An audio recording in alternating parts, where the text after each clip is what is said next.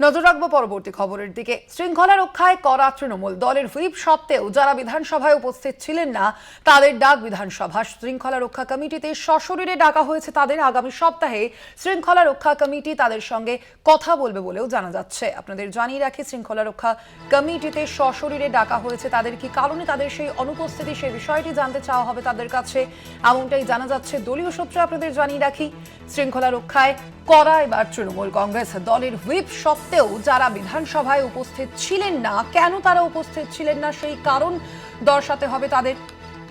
তাদের ডাক দেওয়া হয়েছে বিধানসভা শৃঙ্খলা রক্ষা কমিটির পক্ষ থেকে এবং সেই কমিটিতে সশরীরে ডাকা হয়েছে সেই বিধায়কদের। কেন তারা উপস্থিত ছিলেন না, দলের হুইপ সত্ত্বেও কেন তারা উপস্থিত ছিলেন না সেই বিষয়টি সম্পর্কে জিজ্ঞাসা করা হবে বলে জানা যাচ্ছে। আরো বিস্তারিত জানবো, ফোন লাইনে রয়েছেন বিশেষ প্রতিনিধি দেবজ্যোতি ঘোষ। দেবজ্যোতি, কি জানা যাচ্ছে, ঠিক কি বলা হয়েছে শৃঙ্খলা রক্ষা কমিটির পক্ষ থেকে? দেখো স্বর্ণালী, যে গত কয়েকদিন আগে যে বিধানসভার বাজেট অধিবেশনের দ্বিতীয় পর্ব শেষ হলো, সেখানে বেশ কয়েকটি গুরুত্বপূর্ণ বিল ছিল।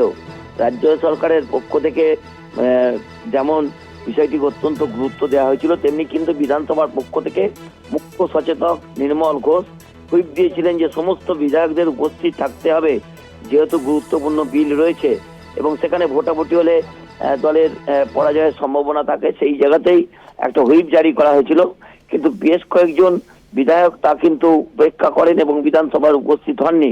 তা নিয়ে কিন্তু অত্যন্ত ক্ষুব্ধ শৃঙ্খলা রক্ষা কমিটি। শৃঙ্খলা রক্ষা কমিটির পক্ষ থেকে আজকে বৈঠক করা হয়। বৈঠকের সিদ্ধান্ত নেওয়া হয়েছে আগামী সপ্তাহে তাদের সকলকে একেবারে সামনাসামনি জিজ্ঞাসাবাদ করা হবে কেন তাদের এই দেরি হয়েছে, এবং এর পিছনে নির্দিষ্ট কারণ দেখাতে না পারলে দল কিন্তু কঠিন ব্যবস্থা নিতে পারেন।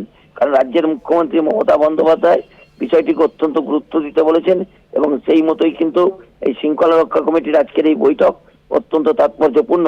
অর্থাৎ আগামী সপ্তাহে তাদের সঙ্গে বৈঠকে বসবেন এবং সেখানেই কিন্তু সিদ্ধান্ত নেওয়া হবে এইসব বিধায়কদের বিরুদ্ধে। প্রায় 15 জন বিধায়ক দলের এই হুইপকে উপেক্ষা করেছিলেন এবং তাদের বিরুদ্ধেই কিন্তু এই ব্যবস্থা নেওয়া হতে পারে বলে সূত্র মারফত জানা যাচ্ছে। ধন্যবাদ। আমরা কথা বলছিলাম, ফোন লাইনে ছিলেন বিশেষ প্রতিনিধি দেবজ্যোতি ঘোষ।